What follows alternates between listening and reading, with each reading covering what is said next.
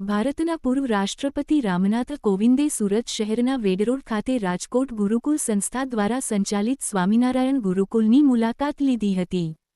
મુલાકાત દરમિયાન તેમણે ભગવાન સ્વામિનારાયણ મૂર્તિનું પૂજન અર્ચન કરીને સંતોના આશીર્વાદ મેળવ્યા હતા.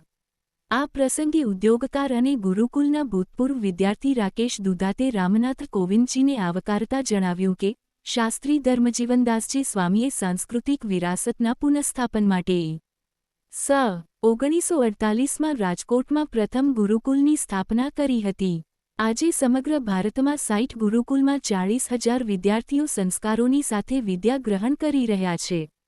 પૂર્વ રાષ્ટ્રપતિ રામનાથ કોવિંદે જણાવ્યું હતું કે વિદ્યાર્થીને અભ્યાસ કરાવી ડોક્ટર, વકીલ, એન્જિનિયર બનાવવા એ સાચું શિક્ષણ નથી, પરંતુ ઇન્સાન, માણસ બનાવવો, સંસ્કારવાન બનાવવો એમાં જ શિક્ષણની સાર્થકતા સમાયેલી છે.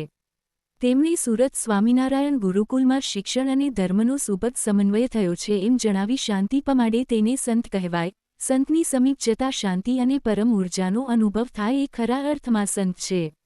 સાચા માર્ગે જીવન જીવતો વ્યવહારિક વ્યક્તિ પણ સંત છે એમ જણાવી સંતત્વ અને શિક્ષણમાં ધર્મ અને કર્મપ્રાયણતાનું મહત્વ સમજાવ્યું હતું.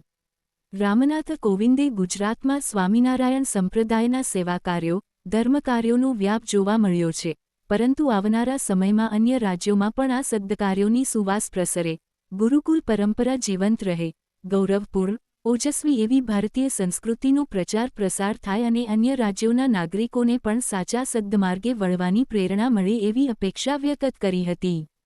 પૂર્વ રાષ્ટ્રપતિશ્રીએ રાજકોટ ગુરુકુલ સંસ્થા અને તમામ ગુરુકુલની સેવાભાવનાને બિરદાવી શુભકામનાઓ પાઠવી હતી.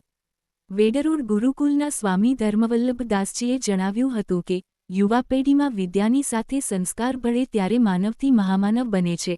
આ સદ્કાર્ય ગુરુકુલના માધ્યમથી થઈ રહ્યું છે એમ જણાવી સર્વના કલ્યાણની શુભકામનાઓ પાઠવી હતી.